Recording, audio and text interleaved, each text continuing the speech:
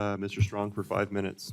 Thank you, Mr. Chairman. I'd first like to express my gratitude to the witnesses and their staff for their ongoing support of the invaluable resources they provide to Congress and our country. Dr. Swagel, as I mentioned to you earlier this week, I'm a data-driven individual. As Congress prepares to move forward on President Trump's agenda, is it vital that we receive accurate cost estimates for any legislation? Yes, sir, and that's my goal, to get Thank you you. accurate information. In 2021, the Biden rescue plan was estimated at a $1.9 trillion million economic stimulus plan. Do you today believe that the so-called stimulus plan only cost the American taxpayers $1.9 trillion, and what percentage of that package was a total waste?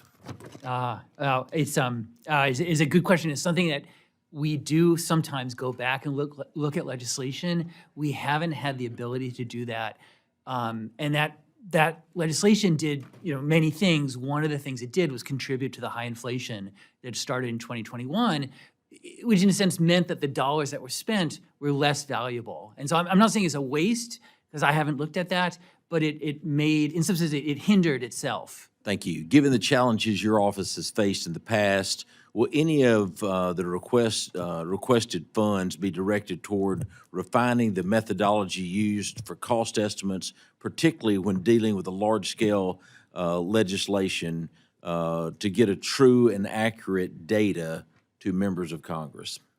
Yes, sir. The people I would add to work on dynamic analysis and on macro would do just that. Look at the relationship between legislation and the economy in both directions. Mr. Doro, I realize that there's a high demand for GAO services at any given time with a $26 trillion debt. How does your FY26 budget aim to improve operations and turnaround time for reports to adequately meet the demand? Yes, this would provide us with the additional people. We estimate we're going to lose about 126 people as a result of the continuing resolution. So this will diminish our ability to provide timely information to the Congress. So our request will ensure that we can provide more timely information to the Congress, that we can give Congress recommendations to make the government more efficient and effective.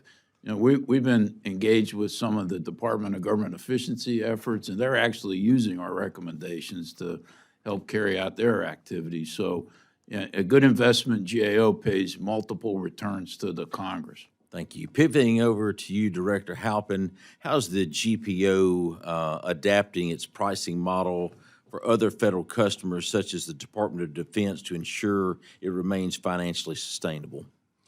Our formula is actually pretty simple. We charge our customers for the cost of the materials and labor. Most of DoD's work is actually going out to private contractors out in your district. So we're in all 50 states, most of the territories, and we charge a small fee, sometimes up to 8%, for doing that contracting work to cover our own overhead.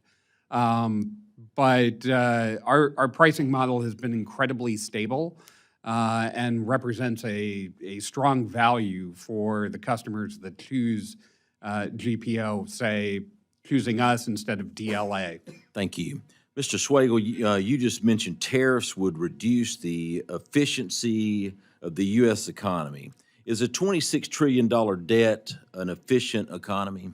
No, the large debt undermines the Is it efficient economy. to pay another country $20 million to produce Sesame Street to be broadcast? Is it efficient for us to buy oil from other countries when we can produce it in America? I mean, it will depend on the particulars, but the trade deficit. Is it efficient for 15 million illegal aliens to come into this country? I mean, that has had a wide impact for state and local governments that have borne the biggest burden on the fiscal side. Is it efficient to fund illegal aliens when we have U.S. veterans that are sleeping in the streets of America? Mr. Chairman, I yield back.